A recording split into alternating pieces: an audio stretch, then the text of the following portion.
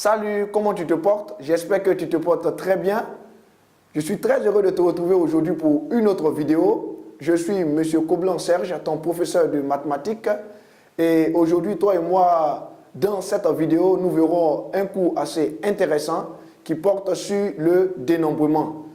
Le titre s'intitule précisément « Les outils du dénombrement, le PUP ». Les outils du dénombrement, le PUP. Déjà, il faut que tu saches qu'en mathématiques, le dénombrement est la détermination du nombre d'éléments d'un ensemble. Le dénombrement est la détermination du nombre d'éléments d'un ensemble. Et pour pouvoir faire les dénombrements, on passe souvent soit par des comptages, soit par le calcul du cardinal, ou soit par des techniques combinatoires. Et ce cours de dénombrement a la particularité de fatiguer beaucoup plus les élèves. Mais dans cette vidéo, je veux que tu saches que dénombrer, c'est compter des éléments ou compter des choses. Ça va? Et même des objets. Compter des choses, compter des éléments, c'est cela, dénombrer de façon plus simple pour toi. Ça va? Et pour ce faire, il y a beaucoup d'outils qui sont utilisés pour dénombrer. Il y a beaucoup d'outils. Et l'outil particulier que nous allons voir aujourd'hui, c'est le PUP. Parmi l'ensemble des outils, l'outil que nous allons voir particulièrement aujourd'hui, c'est le PUP. L'objectif de ce cours, c'est de t'amener à comprendre et à savoir utiliser le PUP.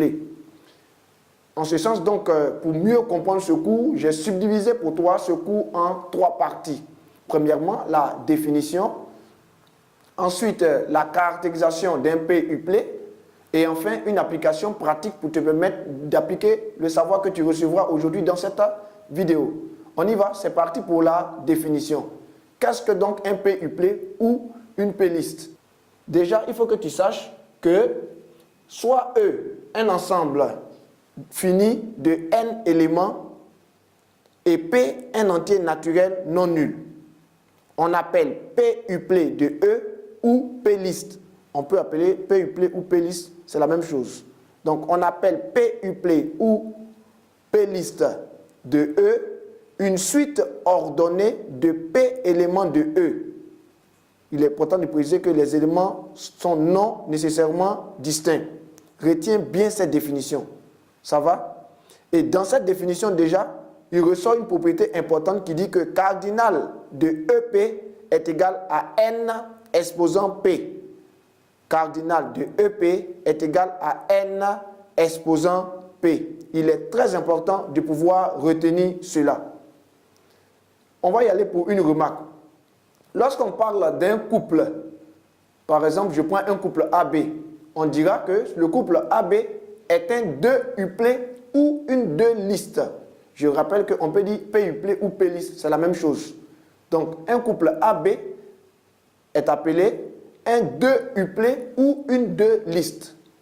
Si je prends un triplet A, B, C, il est appelé également un 3UP ou une 3 liste. Ça va? C'est cette petite remarque que je voulais te faire faire. Donc, on a bien compris la formule du PUP, cardinal de EP est égal à n exposant P. Retiens bien cette formule issue de la propriété. Succès assuré.